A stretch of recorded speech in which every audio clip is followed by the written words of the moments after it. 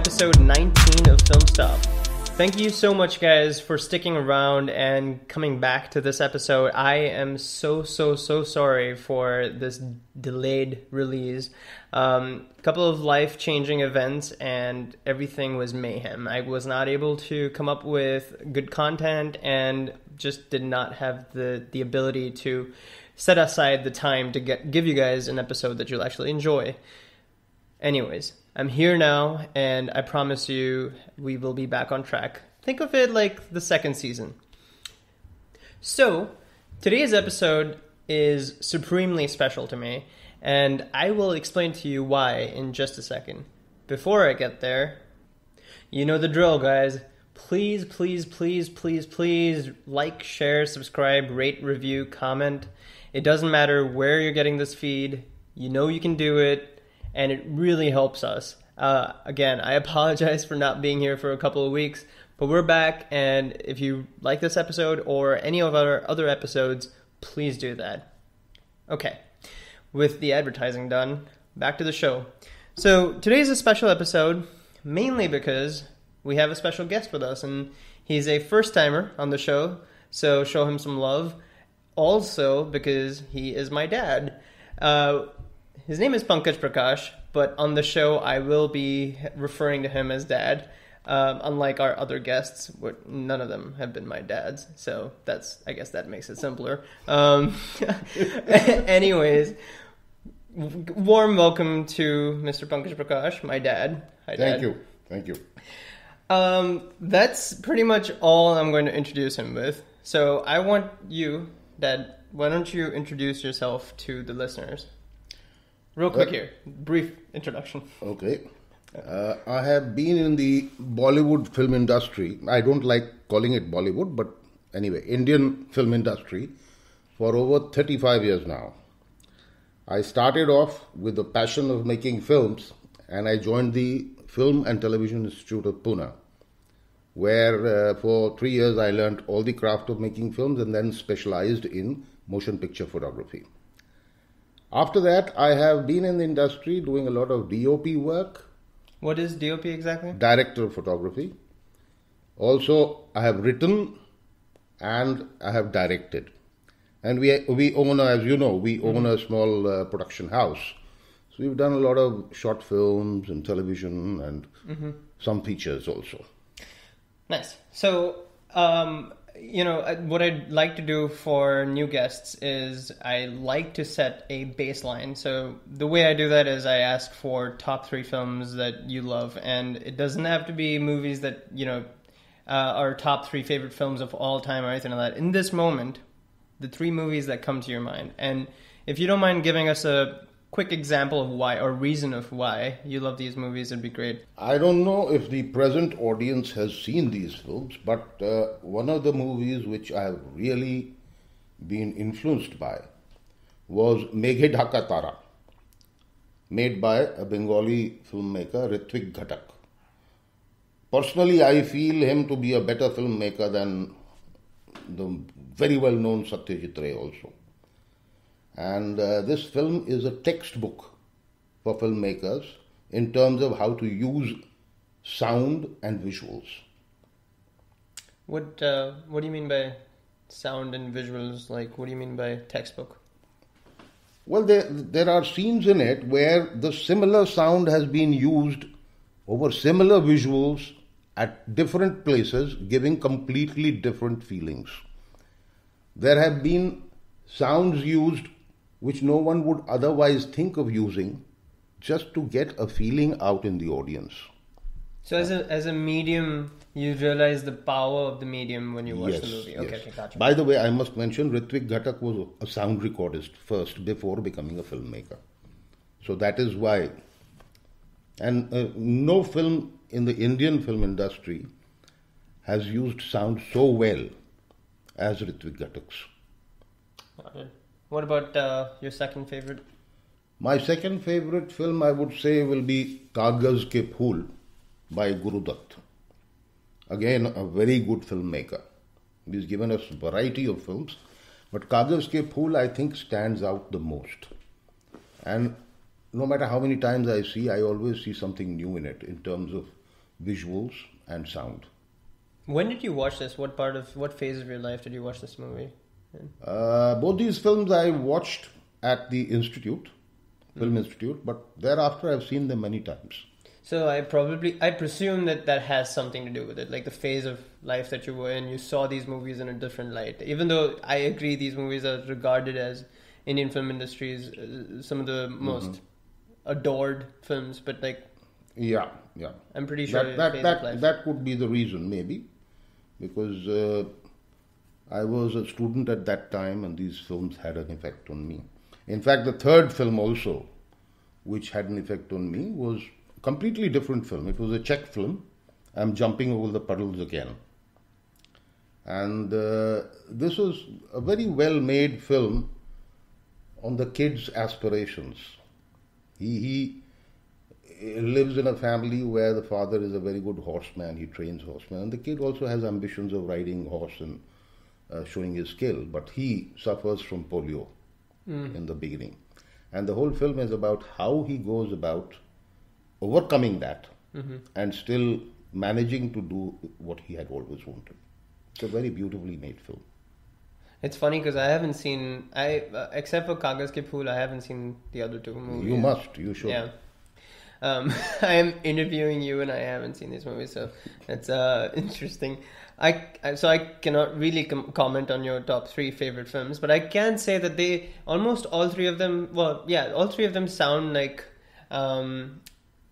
independent films that a person who's studying film would enjoy them on a separate level, on a different level. Do you really think that audiences that more used to watching the popular cinema would enjoy these movies today? I think I'm Jumping Over the Puddles would appeal to the audience even now, though it was made for kids. The whole family can watch it and it brings a tear at the end. The film Meghe Dhaka Tara initially was not a success in Bengal, but later on it became a big success with people. Kaagaz Ke Phool, similarly, when it came out, it created financial problems for Guru Dutt. And to recover from that, he had to make a completely commercial film next to, after that, which was Chaudhary Ka Chand, which again brought him up. So, but Kaagaz Ke Phool, when it comes on now, people watch it with a lot of love and care. Yeah, I mean, Guru Dutt as a celebrity in the Indian film industry, for those of you who don't know, is greatly admired. So, with that, thank you. With that, let's move into what we're here to do, which is discuss 2 movies that we've recently watched together. And definitely 2 movies that have been in the public eye right now and is being discussed all over. We're going to start with Kabir Singh.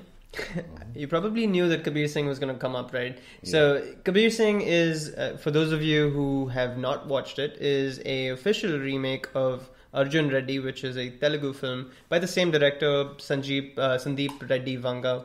But the movie is basically about Kabir Singh, a senior medical student with a passion for old English motorcycles and football, who is heartbroken when his girlfriend is forced to marry another man. And it basically follows him as he spirals down this self-destructive phase in life with anger issues and drugs and alcohol being his only, tools to get by. And that, I guess, is a very, very overview, sort of high-level view about the movie, but the movie has done really good business. So it's I guess at this point is the highest grossing Bollywood film or Indian film industry movie for the year, and it has done better business than the original, which is Arjun Reddy.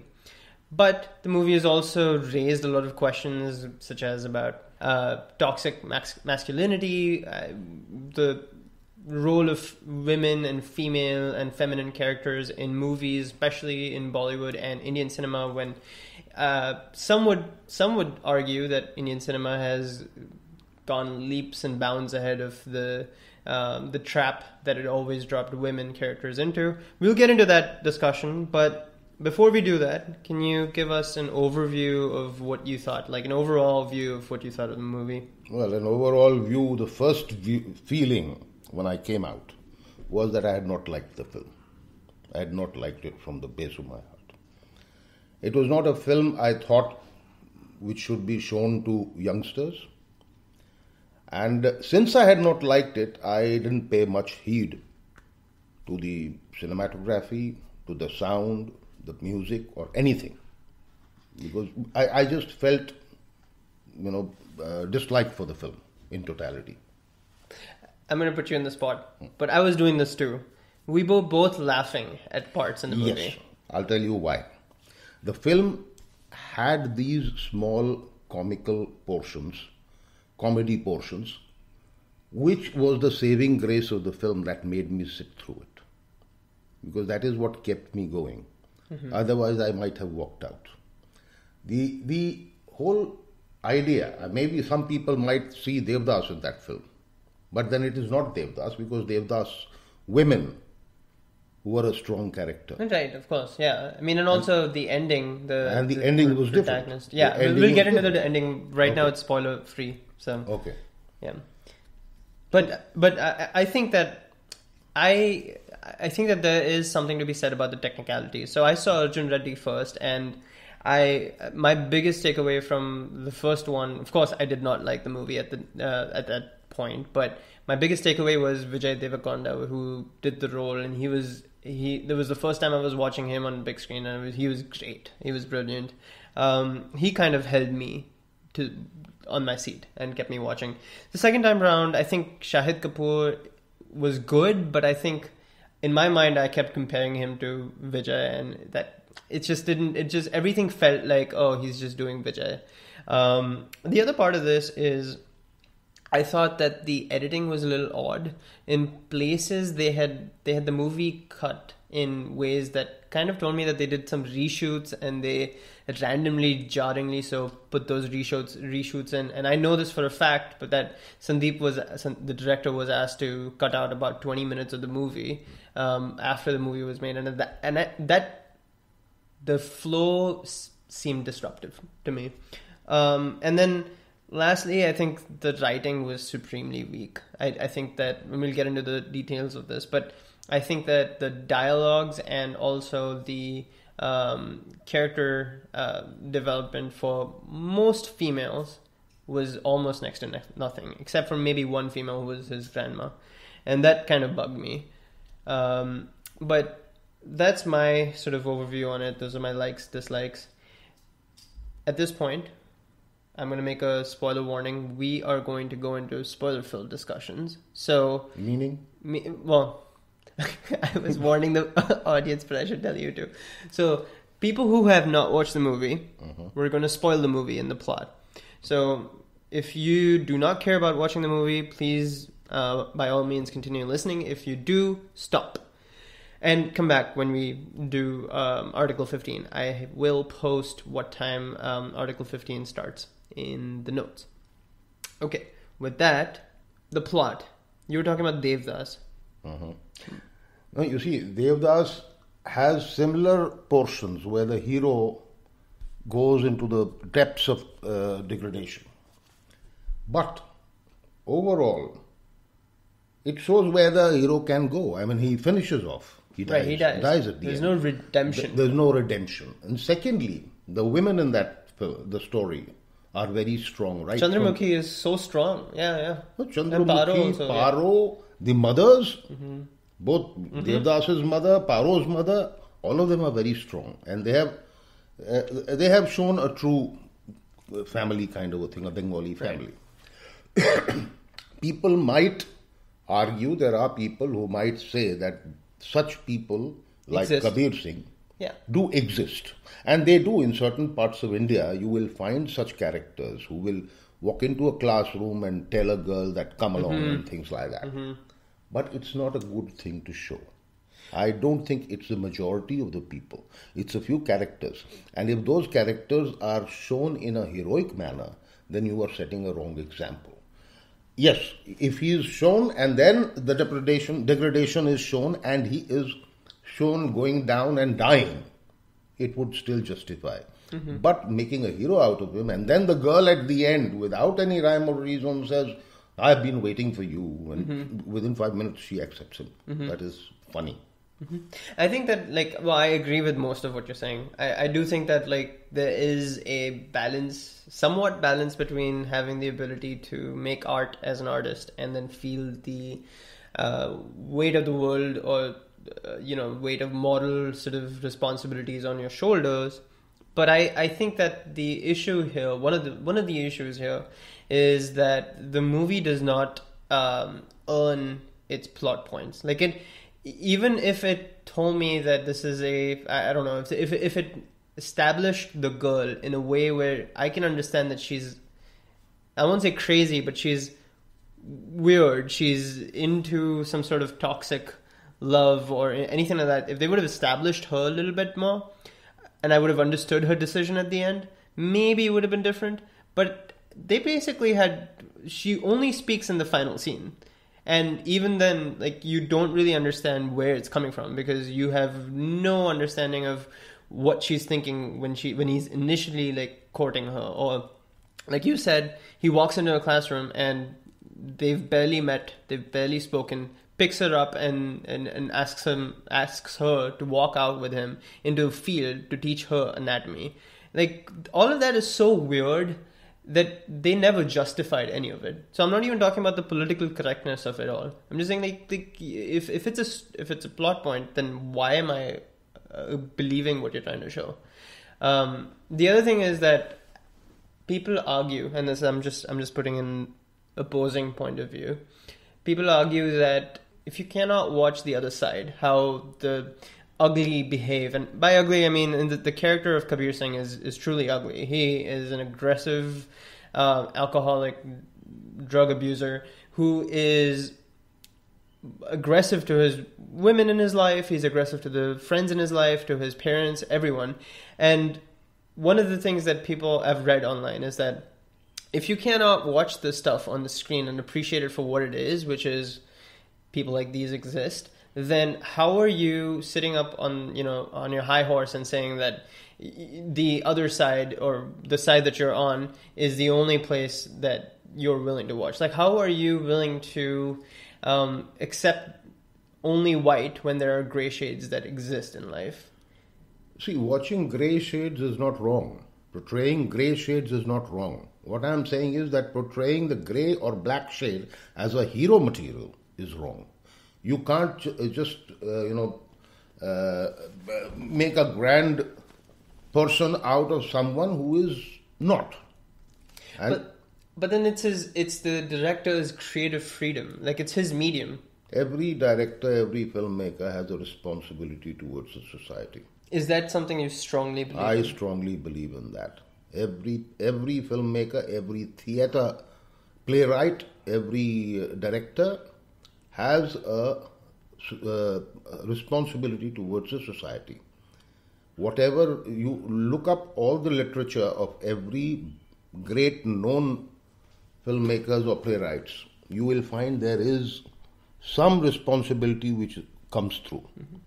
So I don't see that a director's prerogative allows him to try and influence young people or not so young people with these kind of wrong notions, wrong things, by making it a very heroic thing. But isn't that the role? Like, so in the Indian film industry, there is a censor board, which is unlike the American film industry.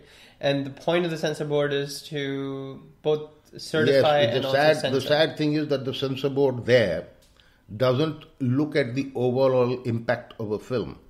They look at abuses being used, they look at nudity being shown without the reason why it is being shown, and without actually seeing the influence the film might have on the society. That is wrong.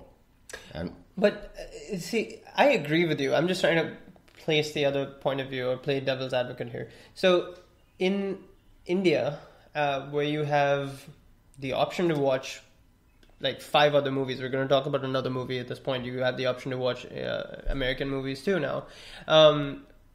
Why has this movie become the highest grosser? Why has every, I'm guessing, youngster, middle-aged family member gone and watched this movie? It's an adult movie, but why do you think it's so popular?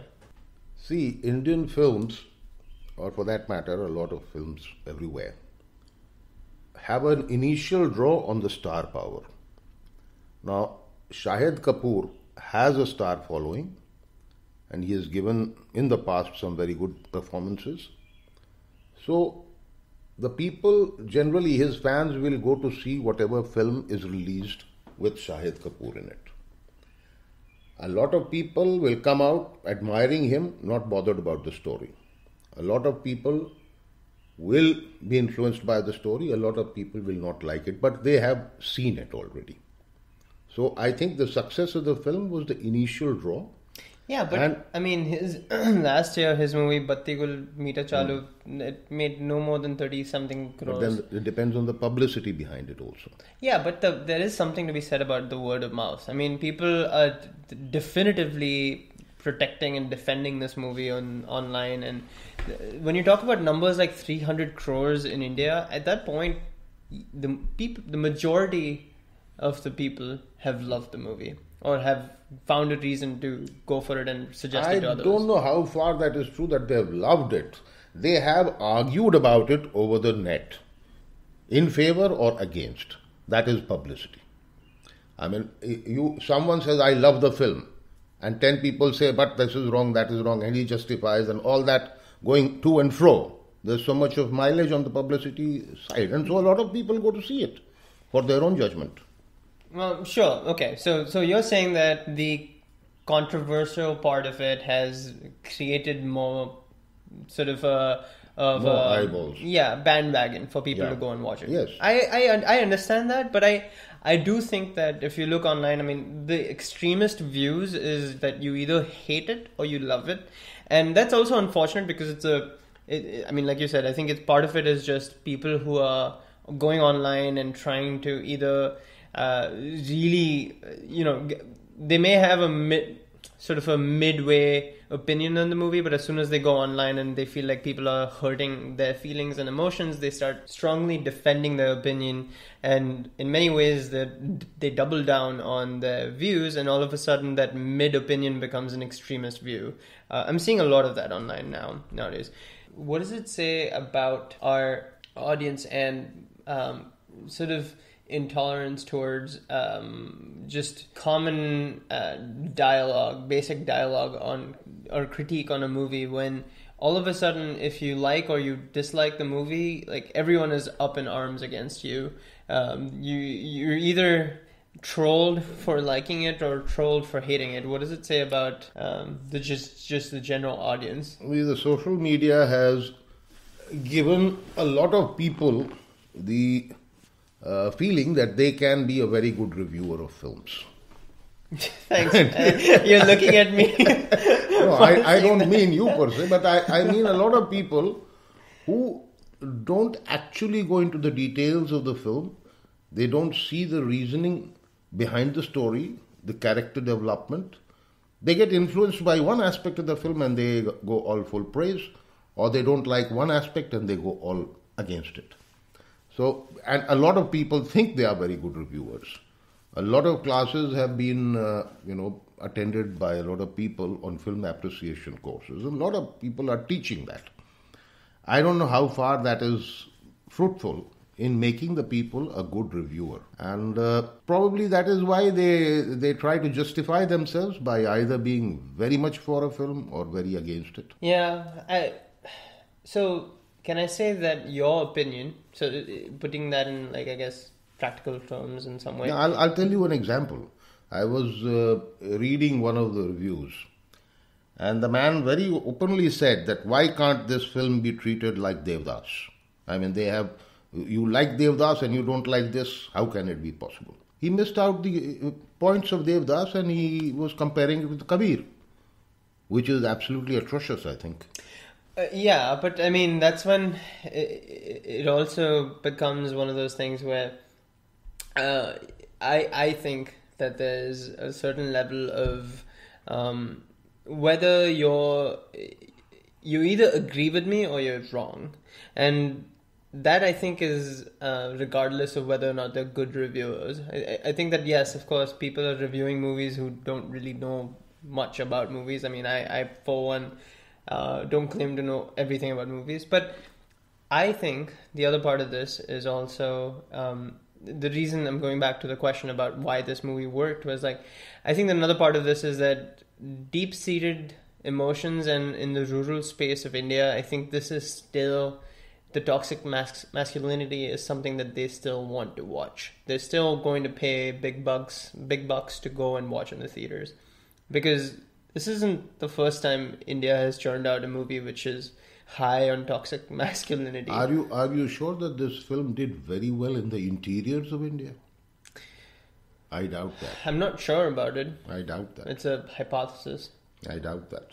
I think the 300 crores income is through major city multiplexes and the overseas. Why do you think that? I mean, I'm not calling one part of the audience educated and the other not, but I would assume that a majority of the audience that is educated that's watching this movie resides in the cities. Why do you think that they would go and watch this movie, come out, and then tell others to go watch it? That's just general word of mouth. Why do you think that education... No, general word of mouth. You see, word of mouth is of two different kinds. One is word of mouth when you come out and say, oh, fantastic film, yeah, you must see it. It has a lot of things in it. And the other is that you come out and people say, how was it? And the guy says, I liked it. Liked it, why? He has no clue. He liked it because maybe Shahid Kapoor, maybe the girl looked very beautiful, but he has no detailed clue about it. But he says, I liked it. And that is projected. So people wonder why so-and-so liked it, so they go and see it. They're two different. And then in the social media, when you say, I have liked the film, you have to justify why you have liked it. And if someone questions you, as you said, they go very much against and start trolling. If someone questions your judgment, the ego stands up. So basically there's no room for nuanced arguments and nuanced... Yeah. I mean, the other day someone trolled me. I think I was reasoning why I don't like the movie, and I said something about art is reflective of the society, and someone just randomly picked that statement out of context and said art is not reflective of society, because think of time travel. We still can't time travel. I think that's a stupid argument. That's Absolutely. Not nuanced. That's not even talking about the reflection I'm talking about. So I get what you're talking about there. I do feel, though, the only thing that I would disagree with you is that there is room in this world for artists creating art without feeling the burden of moral responsibility. But in a country like India, where movies are so important, and like movies and cricket influence people at a very different level in India, especially at a time when women empowerment, Me Too, and all these things are, again, in the public eye, and they're finally gathering momentum. I think it's just wrong for someone who has the ability to reach millions of people to release a movie or make a movie like this. It's not true only in India. I mean, if you look at the Hollywood history of films, there is one thing which always runs through, whether it's a science fiction, or it's a war film, or it's a Die Hard. One thing which runs through, it's good versus evil, and the good always wins. You can't get a film to be a hit by showing bad, and the bad wins. I mean, you look up the history of the world cinema. Yeah, but that's being reductive. I mean, there are movies in the world that I have also enjoyed. Like Usual Suspects is a movie where the bad guy wins just because he's so smart. He like outwits the other person, and you don't even know that. You use the word outwits, smart. Right. So that's a good quality. Well, I mean, I'm talking about like quote unquote good versus bad. I mean, I think that's very like you're boiling it down to, I think, a very black or white sort of. No, that I gave as an example, but that is a thing which has gone through the history of cinema, always. Then you have it in smaller phases where you have a hero who is very bad, but he turns out to be good at the end. Or a vigilante. Or a vigilante, whom you justify and things. They have a Brutus when Brutus was depicted in Julius Caesar, he has not been shown as a bad man. He was justified in what he was doing. I guess we come back to justifying and redeeming. Yeah. Okay. So we've discussed Kabir Singh for over 25 minutes or 20 minutes. Kabir Singh, the character, acting was well done. I mean, as simple as that character was, he portrayed it well. But I found one was a good redeeming factor when during the court session, he stands up and says, yes, I don't deserve to be a doctor. Yeah. Or words to that effect. I liked it. Okay, they showed a good aspect of him. But then that character all of a sudden became a very, how would I say it? A man prophetic and like... No, a man who knows so much when he's advising his father. Whereas I thought that the scene should be that the man comes, sees his dead grandmother, who had been good to him and he was supposedly attached to her, and breaks down and the father consoles him. Right. It went the other way. It was slightly out of character, but I would say that they tried to establish him as this. When it comes to others, he has a lot of advice to give. When it comes to himself, he doesn't really know what to do. Like, the other thing that I thought that pissed me off, and I think I mentioned this earlier, was that he was given an arc. His character was given an arc. Like, he goes through the anger and the pain and the drug abuse, and then he comes to a point where he leaves all of that, lets all of that go, and he moves on beyond those things, not beyond the love part. But no other character was given an arc. Even his best friend is literally just a pet dog. I mean, of course, he has a pet dog himself too, but I'm talking about his best friend, actual human being best friend. He is basically just wagging his tail and walking behind him. The justification I think the maker would make here is that the title is Kabir Singh. The story is Kabir Singh's. And so we have been with him throughout, not going anywhere without him. And he is there 24 hours. So other characters don't need to be justified, but then that is wrong. Because every other character in a story, every other person in a story has to have a graph. Well, I don't even think that that's the case. Like, I thought that would be the case, but it starts with the grandmother talking to other ladies without Kabir Singh there about Kabir Singh. It goes into different portions where Kabir Singh is not even in the scene. But it's about Kabir Singh. But it is about Kabir Singh, but I don't think it is from his perspective. Right? No, it's not his perspective, but it's only Kabir. Right. That's all. So other characters have been let loose, which is wrong. Mm-hmm. Okay. Anyways, we have to stop here for this. And at the end of the day, whether you watch it or you don't, and if you watch it, whether you like it or you don't, you should feel like you should be able to voice your opinions. And I'm just glad that we're at the point where at least we can all feel comfortable in saying what we feel like, even though we will be subject to trolling no matter what. All right, with that, we're going to take a short break, and we're going to come back and talk about Article 15, which I'm very excited to talk about. All right, guys, welcome back. We're now going to talk about Article 15.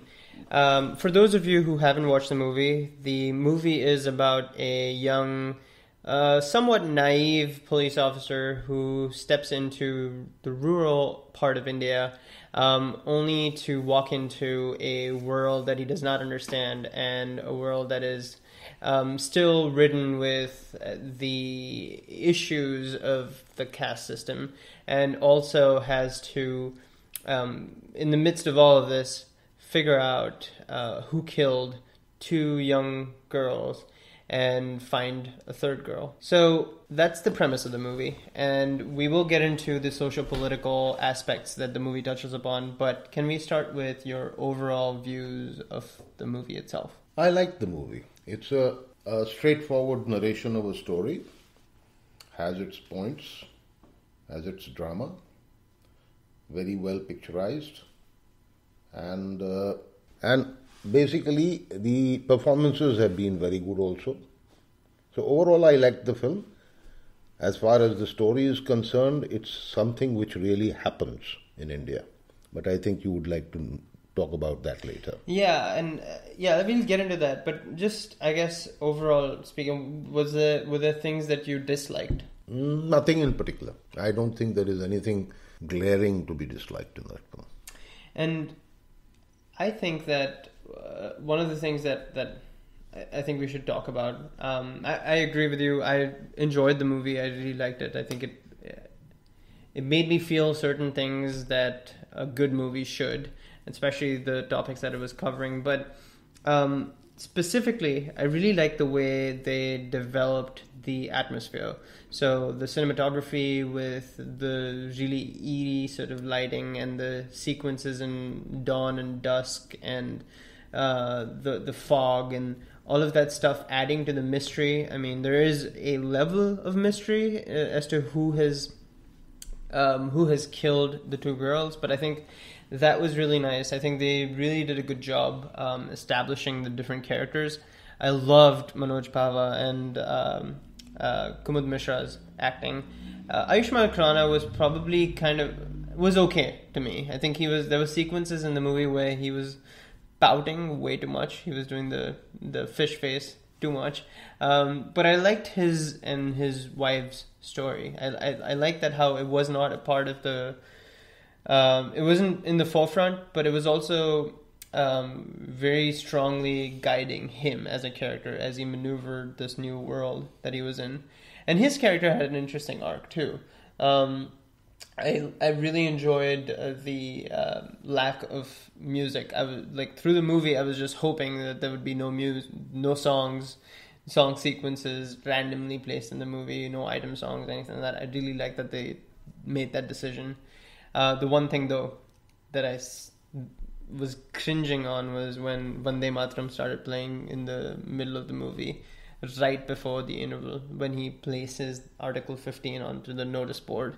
It just felt very forced, and it was kind of jingoistic in that moment that, Propaganda.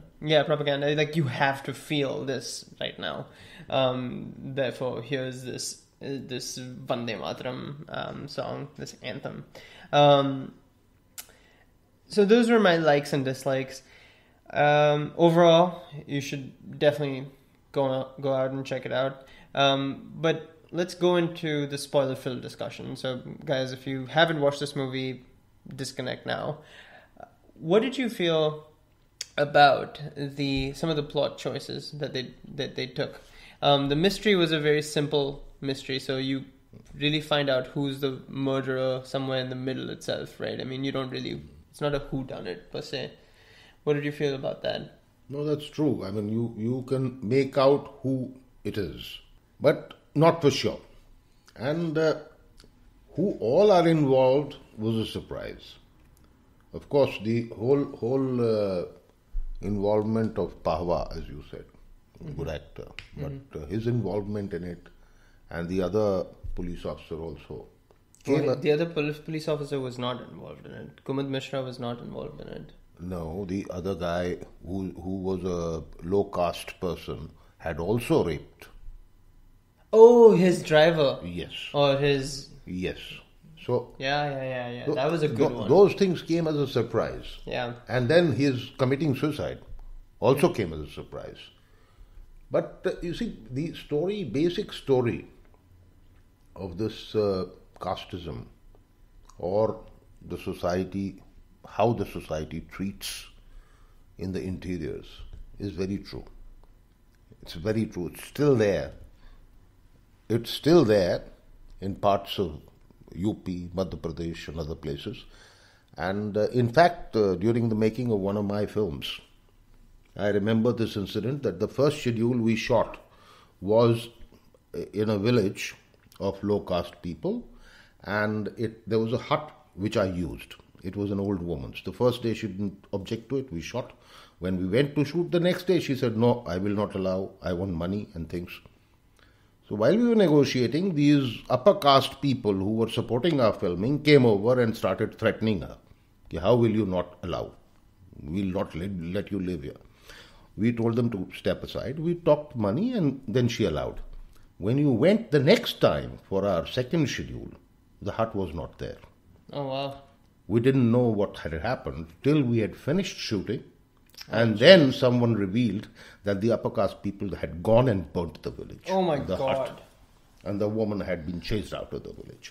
So this is still happening. And this was just 7 years back. So this is happening. And that is why I could relate with that film. And I felt it's a story which should come out. And isn't it partially based on a true story about two girls who were raped and murdered? That we don't know how. It might be inspired by that, but we don't know what the truth is behind it. Yeah. We don't know the details about it. But I would see the propaganda part, as I mentioned, propaganda. Now, see, a lot of political things happen in the country, and we can't know what is true, what is not. But this much I can assure you, that the casteism is still prevalent in the interiors, in the deep interiors. Even in Rajasthan, I have seen the casteism. But there, it's a very well-knit thing where each caste respects each other. And they have a very good system, economic system, by which they support each other. There might be atrocities there also. But I personally have noticed it very much there in UP, Madhya Pradesh, Bihar, even to a great extent in Bengal. Haryana, probably. Haryana, yes. So, I guess, to the movie's credit, they tackled this very heavy subject that not a lot of movies do. And to the director and the writer's credit, where they've really given all the attention to this this issue, rather than sort of glorifying the edges and kind of like fluffing up the story and barely even touching the concept. They really dived into details, which I really liked about it. They weren't scared. What do you think is going to be the outcome of such a movie? Connecting it back to the last conversation that we just had, right, about moral responsibility of a filmmaker and all that stuff. This is a movie that actually the filmmaker has taken responsibility and put out a story that... See, when people see this kind of a film, they are affected by the tragedy in the film. Somewhere, at least, I'm sure it touches a percentage of the audience, and they feel guilty or feel bad for this. And if that percentage undergoes a change, I think it's a responsible reaction. It's a win. Win for the director. It's unfortunate that both this one and Kabir Singh are running together right now, and this is not doing nearly I'll as tell you much one business. thing. I'll tell you one thing about Kabir Singh. Maybe, in North India, not exactly Northwest India, or Punjab and Haryana, where that kind of characters do exist openly. They do in Bihar, UP also, but not to that extent. Of course they do. I mean, I don't know if they... But not to that extent. But in Punjab, Haryana, there are characters who are famous for that. And they openly go and accost girls and say, "You are mine," and things like that. I mean, that I'm sure happens in UP and Bihar. Yes, also. but not so much. I mean, in UP, there's the acid throwing... UP and Bihar, it is the lower level of intellect, lower economic group which throws acid. It is the hooligan who goes and dominates and says, "You're my girl." Whereas in Punjab and Haryana, it could be a big man's son, it could be a very learned boy who is doing it. Like Kabir Singh was a very well-educated man. Right. So, in that area, if that story has a little effect on the people that this guy is wrong, it would be good. But then the end negates all that. He still gets the girl. He gets the girl, so it negates the whole purpose. So coming back to Article 15, right? Why... I was thinking about this while I was watching the movie, and when it ended, I was like, this is interesting to me. In the beginning of the movie, they thanked the Chief Minister of UP. And at the end of the movie, when the movie ended, I mean, obviously, they didn't call out what state they were in, but it seemed UP Bihar area. My first question is, how did this movie get the release that it did? Like, how did it get past censor, without what seems like any cuts or any stops and things like that, especially when it's talking so specifically about a problem in a certain region. And why? And the second part of the question is, why did they thank the Chief Minister of UP? They must have thanked the Chief Minister UP because UP has a scheme for subsidizing films. If you have shot a film in UP, you get a subsidy. That could be one reason. The other could also be that facilities were given for them to shoot. So they thanked the Chief Minister. Mainly logistical. The second thing, as far as the censor board is concerned, I think the censor members who are city folk, they realize that, okay, it's a story worth narrating because it's true. And you'll be surprised by my film, the one I was talking about, the Hindi film which I was shooting in UP. When I had gone to the censor, there were ladies in that who were typical Bombay people. They said, this still happens in India? They didn't know about it. They were shocked. Whereas a journalist had told us that, this kind of a thing has happened, the woman is in the jail. So... which brings me to the other question. Why don't other filmmakers make movies on this? I mean, there have been movies that have been made in the past about casteism, and there have been movies that have been brave, but this is definitely not the majority. Why is it that...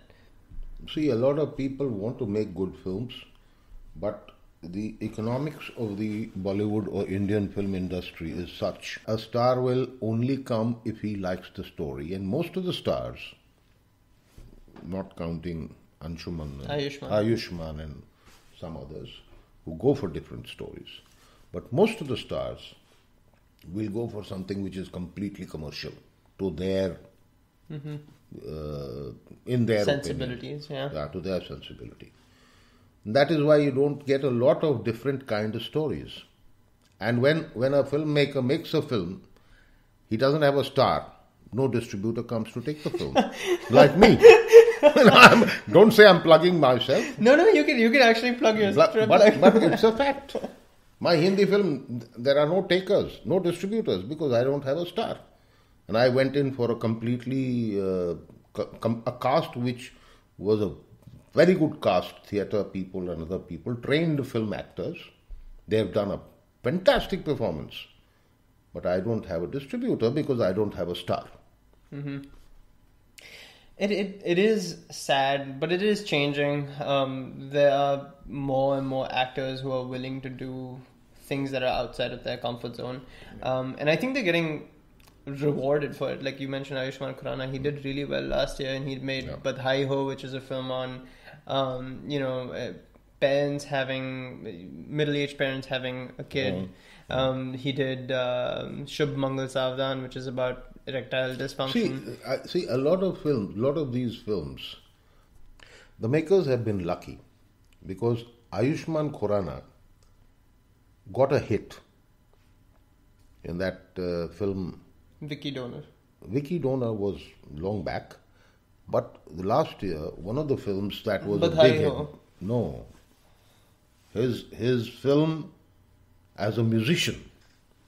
Oh, Andhadhun. Andhadhun. That was a super duper hit. Right. So a lot of his films got sold because he was already a hit actor. The distributors picked it up. He's also been known for picking up quirky and different subjects. He's been known. So the makers are lucky that he is willing to go in for different subjects and not necessarily big filmmakers. Whereas other stars who have one hit or two hits, they refuse to listen to independent filmmakers also. And it's very difficult to get in touch once they have a secretary. The secretary becomes another filter who thinks he knows the best. So the actors don't get to see the script before the secretary approves of it. And what the secretary approves, you can understand what it would be. Right. Before we get into this rabbit hole of discussion, I do want to bring it back to the movies. What I usually like to do towards the end of a discussion such as this is basically recommend to the audiences the movie, either recommend or not.